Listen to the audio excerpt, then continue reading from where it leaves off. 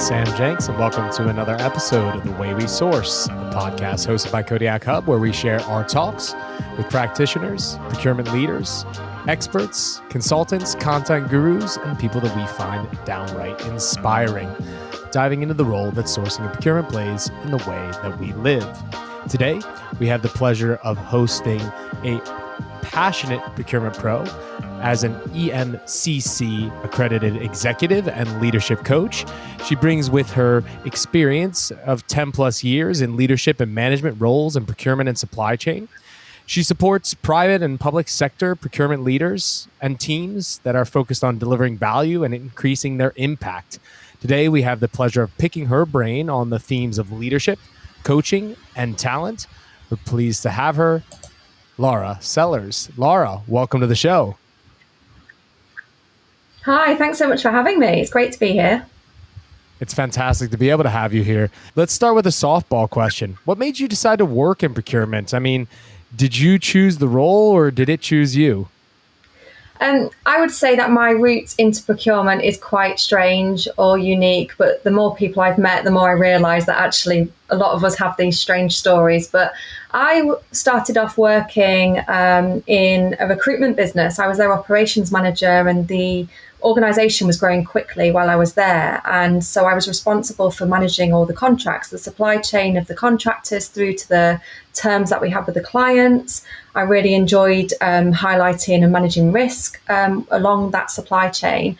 And I really wanted to enhance my knowledge, but I didn't really know how to do that. So I started doing a bit of research and came across SIPS as a study option.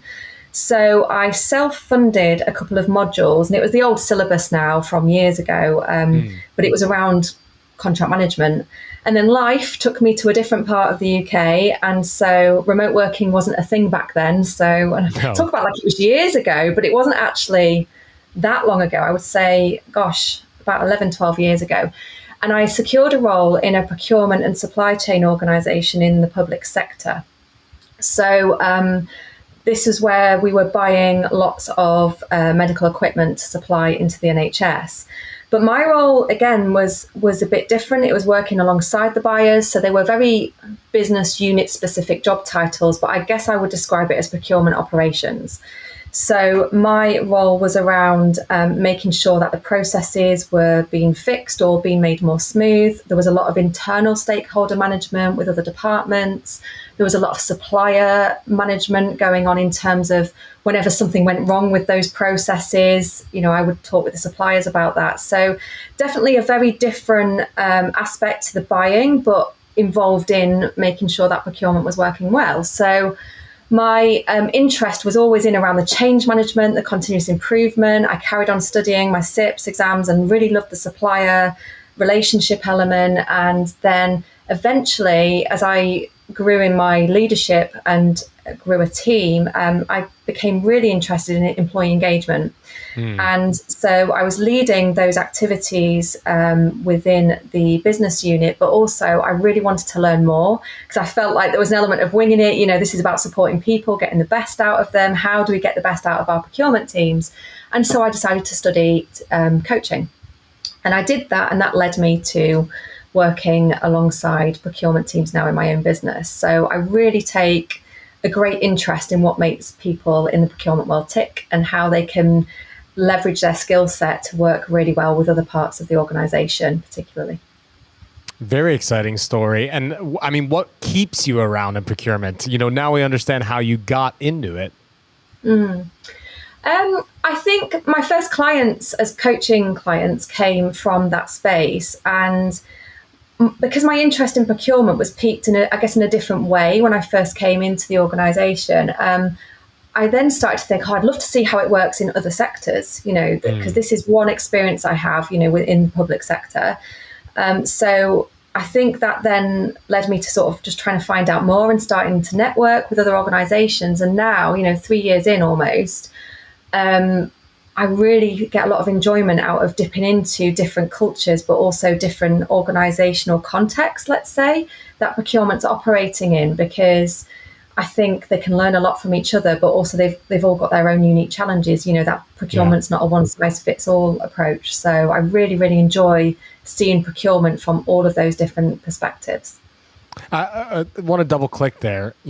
If you were to say jumping into one sector or one particular team, which one is your favorite to work with and maybe why? You don't have to maybe name a particular business, but an industry you've been in and a team that you've worked with, and why was it something that sticks in your mind as one that was important to work with? I was going to say, you can't make me choose my favorites. No, in general, I still dip my toe into public sector because that was where my experience was, and I've really enjoyed working with the teams in that space. But rather than going specifically into sector, because in the corporate world, I've seen lots of different aspects too. But I would say the type of work I like to do with procurement is where I see there are these large procurement teams that have got their category management, and I'm trying to help them work better together as a team, because sometimes there's a lot of silo working between the categories. Sometimes there's that tension around one category is more important than the other. Right. One's valued more than the other. And I see that in lots of different sectors and contexts. So I really enjoy helping them to get under the skin of that, because that ultimately impacts their strategic approach across the organization. Right. So probably dodged the which is my favorite type of client to work with answer there. But that sort of context really interests me. No, but it's an interesting insight as well. And we see it ourselves, obviously, working in heavily with teams in direct material, obviously, that there's always this direct versus indirect dichotomy, right? In certain category manager structures. I'm curious, how is it that you try and break down those barriers across category management teams? Do you have any specific tips of ways that you work? I think from a team coaching perspective, I start to notice the dynamics, because sometimes it's not spoken when we're in that team environment, but I can sense it as the coach, because obviously I've got that impartial view. I'm not in the weeds of it, let's say, I stand on the sidelines. So, and then if I'm doing a blend of one-to-one coaching within the team and then the team coaching alongside, I start to join the dots and understand where that resistance is happening in terms of the strategic view towards the organisation. I'm really good at remembering details with the team. Like, do you remember when that happened in the team session? And I bring that into the one-to-one and vice versa. But it's definitely a coordinated approach when I take that view, because obviously it's a confidential space within the one-to-one, but I'm really good at picking out those details where I can see that there's some focus that's needed in that area. In terms of how I do it in other ways, I think that's to turn it over to the teams, really. It's not about what I see, because my experience as the coach means that I'm not in the day-to-day. That's where I'm really focused on bringing the coaching skill set into procurement so they can have that skill set for themselves and to notice it and have the tools to break that down. Interesting insights. And we're gonna double back to the topic of leadership and coaching. I'm curious about, there's this kind of, how would I say, this undertone of identity crisis within procurement that we've been experiencing during the last few years. Everybody's been talking about, how do we get a seat at the table? How many LinkedIn posts have we seen with that particular headline? Do you think that procurement is having a crisis in identity? And if so, why? I think there is a very big cloud, I'll call it, about that perception of procurement hanging over the function and the profession sometimes. But I see it in two different ways. I see that perception of procurement that's external, and that a lot of the time those LinkedIn posts are focused on about other people's perceptions of procurement and how do we get that seat at the table. But I also think there's that internal perception of procurement that needs a lot of work as well. Because let's say, for example, you work in an organisation where you don't feel that procurement is valued, and it's particularly felt with a stakeholder. And I'm not going to pick on a stakeholder, but I think we'll all have somebody in mind where that's been true for us. Yeah. And then you move to another organisation and you think, fresh start, here will be valued, or here, I've got more freedom and all that sort of thing. But we carry that perception with us. We bring those experiences with us into the new organisation. So let's say we then engage with the new stakeholder who's got that same role title as the previous one, as the coach, I would challenge the individual to say, right, what perception are you carrying of that function with you? Right. Because and perception is reality. And I think I see that a lot in coaching conversations where we can unpick, okay, we've not delved into this area where there's some tail spend happening because of past experiences of that stakeholder.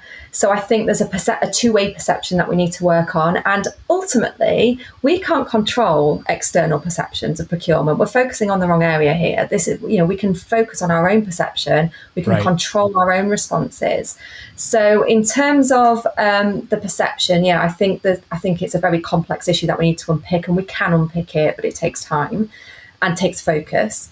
But I think also that crisis of identity is that element of not one size fits all. The amount of times that I hear from clients or just in my network, oh, we're a unique bunch, we're a unique team, what we do here is a bit different. And it's because they've tailored their procurement function to the needs of the organization. And so sometimes I notice that resistance between the process-driven elements of procurement and what procurement needs to be in terms of, let's just say, box ticking, for want of a better word. And then the element of where you need to speak your stakeholders' language, your organization's language, and you need to, wrap yourself around what that organization needs. And so that can bring about some feelings of, am I doing it right? Are we doing it right here? And that crisis of identity can become quite prevalent if we've not got a precedent to follow. Yeah, for sure. And again, if we ourselves in the space of procurement are perceiving ourselves as a blocker to the organization, or one that, for example, isn't getting the ear of the right stakeholders, then obviously that's the story we're telling ourselves. I mean, Brene Brown, classic, right? My question to you there, though, is you mentioned that it's important that procurement speaks the same language as a stakeholder. I've asked this question to prior guests because it's a topic that I think is quite interesting. Do you think sometimes that the procurement jargon is getting in the way of us being able to make a real impact in organizations? Yeah, it's a great question, because we talk about all the acronyms that exist and that procurement language that can make a stakeholder switch off. I think that I would really strip it back to the person and say, when it comes to that stakeholder language and the procurement language, I would focus on the person's language. And what I mean by this is that rather than trying to convince somebody with all the capabilities that exist within the procurement function, focus on the language of the person that they're using and their learning style. Are they a visual person? Do they like to see what it is you're trying to articulate to them? Do they have a learning style where it's more of an auditory, where it's about the terminology that they like to get their head around? I think understanding the person and how they learn is a real added skill set to procurement, to understand what your stakeholder needs to hear. I think that language can get in the way, and we tend to, if we don't understand something, we tend to judge that I'm just trying to think of the best way to say this. If we don't understand something and we already are trying to seek to understand how somebody does something, and they throw loads of jargon at us, we will switch off to it automatically because it's foreign. We tend to judge what we don't understand, right, sometimes. So I do think it can get in the way, but I think sometimes we're focusing too much on trying to highlight the capabilities of what the function's capable of. And I think we just need to strip that back and connect on a human level, on a soft skill level, coaching skill level. Well, maybe the jargon is a bit of a shield, right, in certain aspects. And I mean, that kind of leads into a topic I wanted to discuss with you. Do you believe that procurement pros you work alongside them day in and day out? Are they scared of getting it wrong, right? It's a role, at its core, that is built on risk aversion and focus on being able to execute, right, on cost savings, execute on projects, execute on relationships, execute on ensuring that there's lines of supply. Are procurement scared of getting it wrong? I think there's definitely a fear that, I notice with the people that I work with and the conversations that I have outside of coaching, because, there can be a lot of blame, laid when something does go wrong. And I think that's where we can find protection within the processes. What I would say, and this is a great example to bring in from something that I noticed in some teamwork that I did earlier this year, is that I was working with this team to understand where their fear came from to getting it wrong. And we did an exercise where they looked back on their team history. We had the benefit of them being quite a well-established team. Many of them had been there for years. And they were able to pinpoint a specific time from 10 years ago when they became really risk averse because of something that happened. And just the light bulb moment that went off when they were thinking, gosh, we've had that mindset for 10 years because of that particular event that happened. And it really just enabled them to sort of put that event in a box, move it away and say, okay, that doesn't define who we are and everything we've done in the 10 years since then. There's plenty of things where we have got things right, but they were very affected by what had happened that time. Things had gone wrong. And, it's understandable when we get things wrong, sometimes it stays with us, a lot, and so I think there can be a lot of fear, especially when we are a process-driven individual. But I also think there's an element of needing to look at the things that have gone right and the things we've learned from getting things wrong. Yeah. And that's a key part in building our resilience. And we need plenty of that in procurement. Absolutely. And I mean, it's two sides of the same coin, right? Because you need plenty of that in my role in my teams in the sales function as well. And I think that's, I would say, sometimes overlooked, right? How close the roles are to each other in that perspective. And when it comes to this fear of failure and the fear to not be able to deliver or of course to be risk averse, it's the same side of the same coin of the salesperson's ability not to be able to deliver, when it comes to revenue in that perspective. I think the main difference that I see, of course, in the two roles is that I see that sales teams have an easier time being allowed to be curious and creative, right? By the leadership. When in reality, I think that procurement has a great opportunity, and there's some really creative and curious procurement professionals that I've met as well, right? Those that are willing to think outside the box and do think outside the box. I'm just curious about somebody that's so close to so many teams and works a lot with soft skills within teams. Where does curiosity play a role in the procurement function and the teams that you're working with? It's such a great question because I think I've posted a few times on LinkedIn about this, about how there are so many curious and creative people within procurement. I have these conversations quite a lot.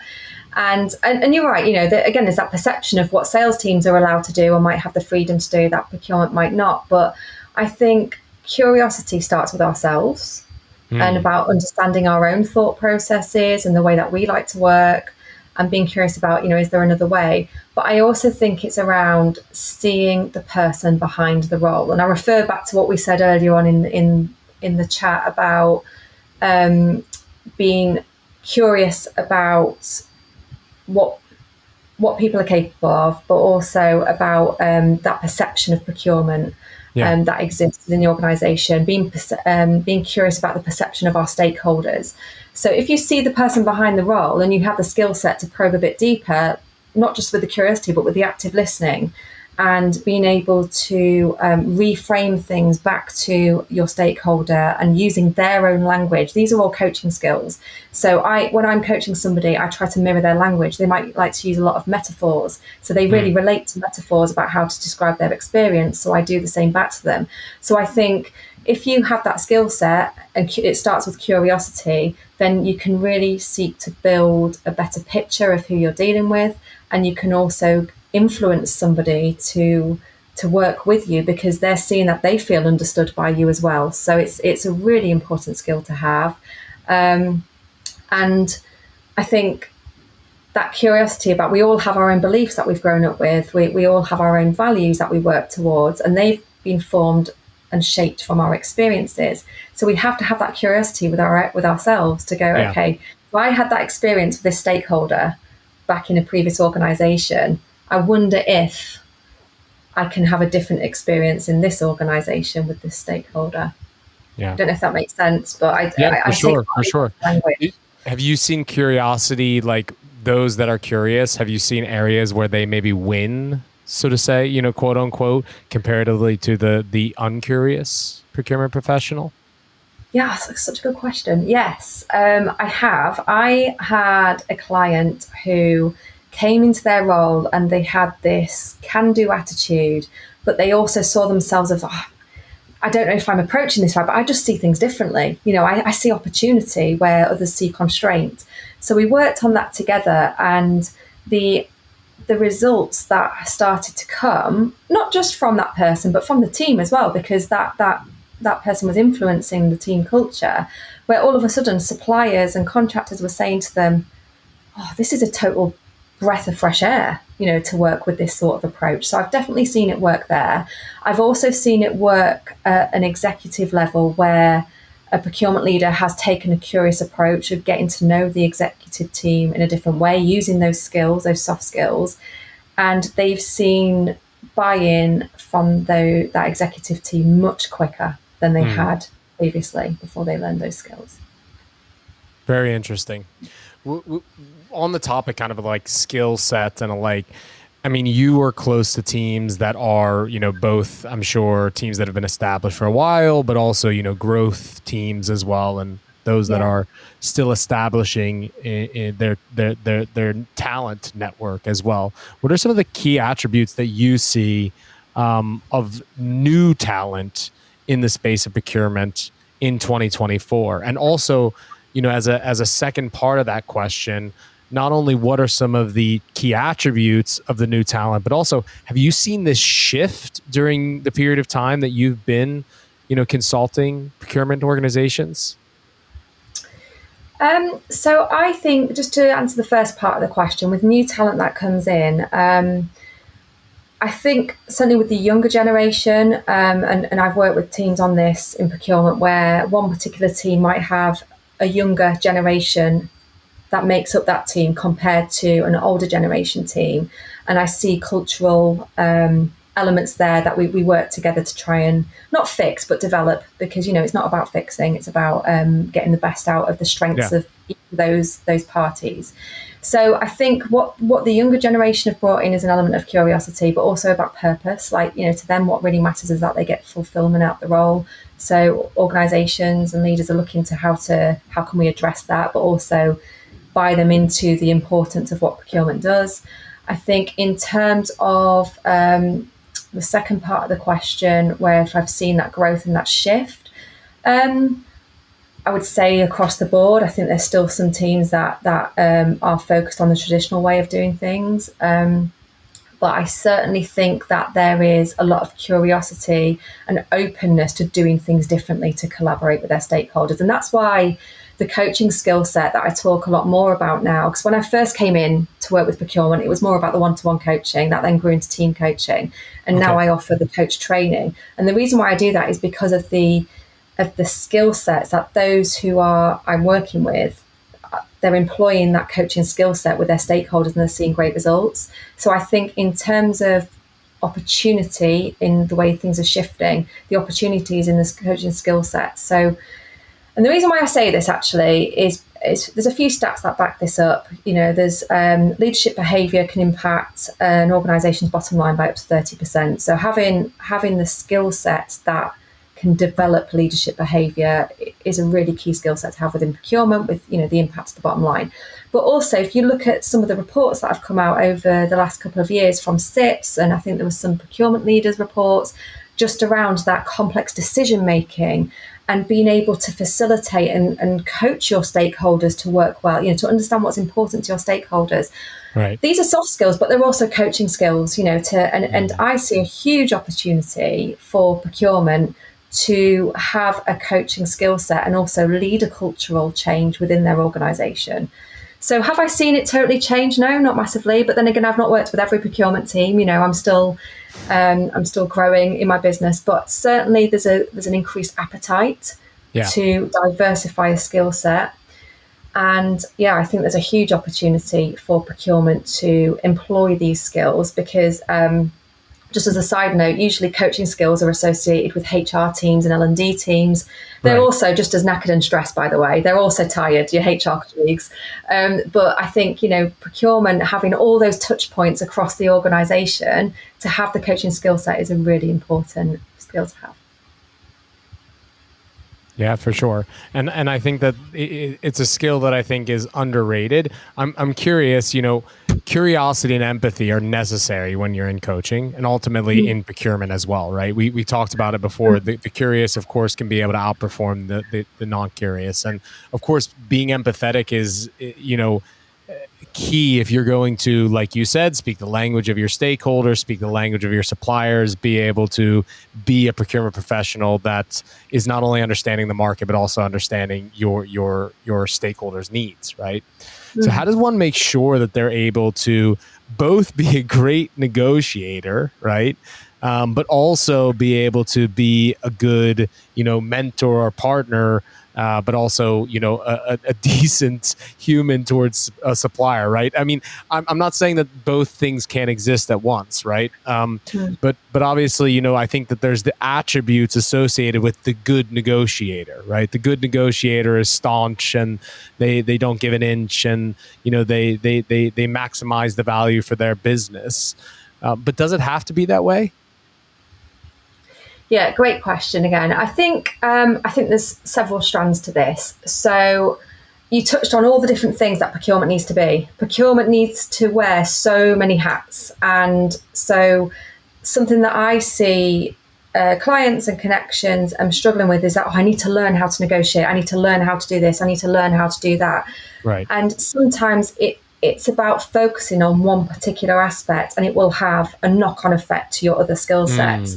So, of course, you can go and get some negotiation training, but if you lack confidence in yourself, that will always be a barrier to being a great negotiator. So I would always say that the first step is always about that self-awareness and working on yourself, like being curious about your own thought processes, being curious about your own behaviours, your own responses, because the more we understand ourselves, the more we understand others, the more we are curious about, why do I react that way? Why does that stakeholder really trigger me, when I'm working with them? The more we understand that, we can then start to understand why that happens with other people within the team. And then going back to the negotiator, you said about the strong negotiator who gives nothing away. I think this is where it's about leveraging a procurement team to have many different skill sets. There's a lot of focus on that category knowledge and that category management and, the technical skill sets. But how about where you have someone in your procurement team who is the good negotiator and they can lend that skill set across the team? Then you've got somebody who's really good at the processes. How can they lend that skill set across the team? There's the person who does like to think outside the box and think differently. How can we leverage that skill set across the team? And again, it's about that not one size fitting all. No. And I think that's where we can really focus on getting the best out of our procurement teams by looking at those individual strengths. Yeah, fantastic insights. When it comes to growing a team, obviously you need to be able to build up leadership. You need to be able to not only have leaders that can, do the work, but they need to be able to bring others up to speed quickly, right? Yeah. So as somebody that yourself is a coach, right? Coaching is incredibly important, right? For soft skills, not only within procurement, but also leadership. How do we make people into good coaches? What is some of your methods to the madness? I would always say if you wanted to learn how to coach, to get trained properly in coaching skills, because, and I'm not saying you need to do that only if you want to go be a professional coach, because I think to lead change and transformation within procurement, you need to have the qualified coaches in there. And there are quite a few, by the way, I know quite a few of them. But I think, so yeah, training in coaching. So when you train to be a coach, you also go through the experience of being coached. You practice with each other, and that's a transformative experience in itself, to understand yourself. So I think to make people good coaches is to have good training, but B, also to give them the space to understand themselves. How many times does your training budget and your leadership and development budget learning and development budget get put to the side because you just don't find the time to go and invest. Not just because obviously we have to reduce costs across the business sometimes, but just because you don't find the time because procurement are trying to wear all these different hats. You need to give your team space to understand themselves and to understand what's going on, because they are a person outside of the role as well. So if you've got people in your team who have just become parents or who've got some other caring responsibilities going on outside their role, that impacts the way that they show up to their role. So I think, to be good coaches, you need to have that understanding of your team at a personal level and not just the technical level. So I think that's really important. I also think in terms of what good leadership looks like, to have those coaching skills, I think there's that embracing failure, embracing mistakes, embracing vulnerability, which is still, we've made lots of headway in that space, but I still think there's a lot more to go, So I think just bringing that human side into your team leadership is really important. Yeah, absolutely. Well put as well. On the topic of the coaching, where do you see when you come in organizations that businesses still need to be coached along, right? Those that are new talent or, for example, teams that need to develop. Is there any particular skill set that they're lacking, particular tactics that they need to sharpen that you see kind of as a red thread in a lot of teams you're coming into?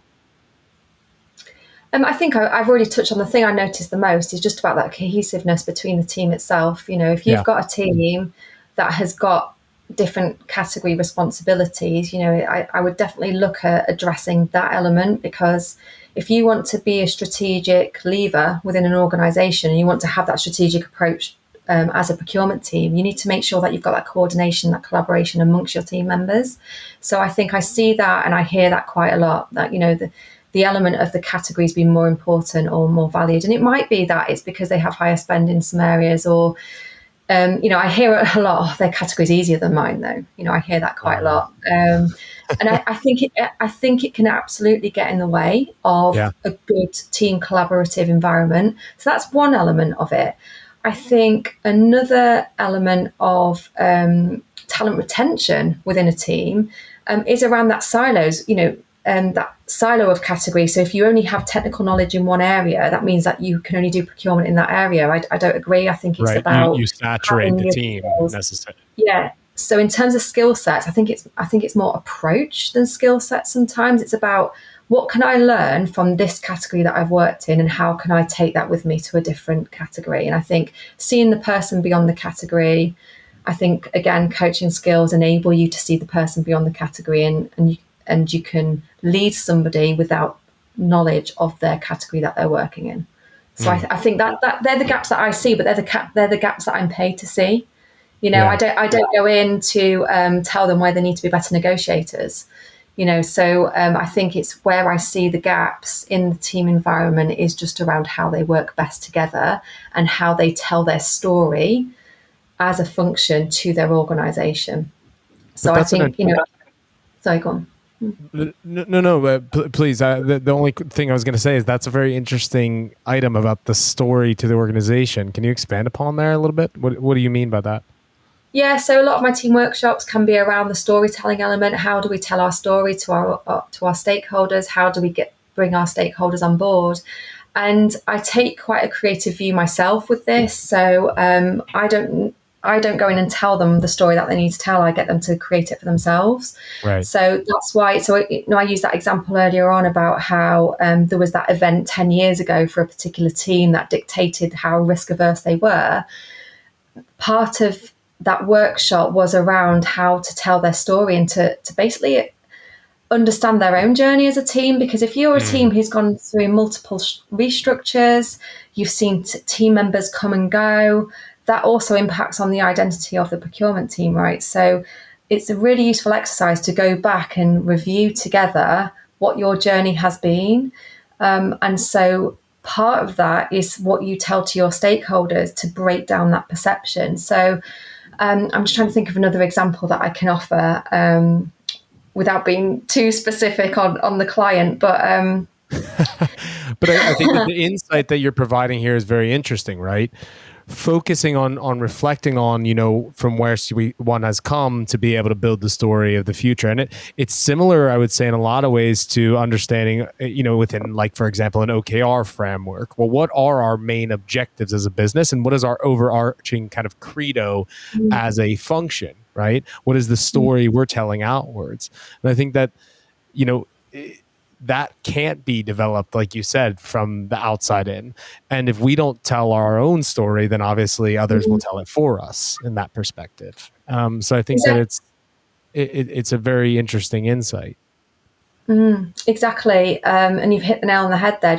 And it comes back to that perception piece, doesn't it? Because others will tell it for us. So I'll give you the example that I was trying to call upon earlier. So there was this element about telling the story across the organisation. And by going back and looking at the journey they've been on so far, they had an insight that actually, okay, things haven't always felt this so bad. We have had plenty of positive experiences, and we looked at it as if it was a step ladder. So which stakeholders have you got at the top of the step ladder, where you've got a great working relationship, all of the spend is managed by procurement, and you've got that collaboration, and you've got the ones at the bottom of the ladder that are nowhere near wanting to engage with procurement, and then you've got some that are in the middle.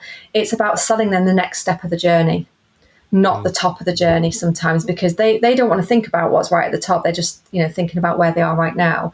And then also, once we were able to connect those dots with who was where in that journey to engaging with procurement, we were able then to identify where the influence lay between those different stakeholders. So which of those stakeholders who are really engaged with procurement, how can they influence the ones that we need to get more engaged? So again, the storytelling, it starts from within the team, but also how can we leverage those other stakeholders who really believe in what we do and know that we've delivered value for them? How can we get them to tell our story with us, not for us, but with us? Yeah, and it's important that they're not just up at the top of the ladder and seen in that way by us, but that we're lifting them up so they can scream from the top of the mountain, to everyone else and become the internal champions for sure. I think that it's an exercise that sounds incredibly interesting, and I'm happy that you shared with our listeners. I'm sure that, if our listeners are looking and inspiring their teams, then they should definitely make sure to reach out to you, Laura, to be able to learn more about your services. Unfortunately, we're coming up towards the end of our episode here. And before we let you go, I would love to get a quick fire round in with you. One word or one sentence answers on some questions that are completely unrelated to anything about leadership coaching or procurement. Is that okay with you? Pressure, but yeah. All right. Fantastic.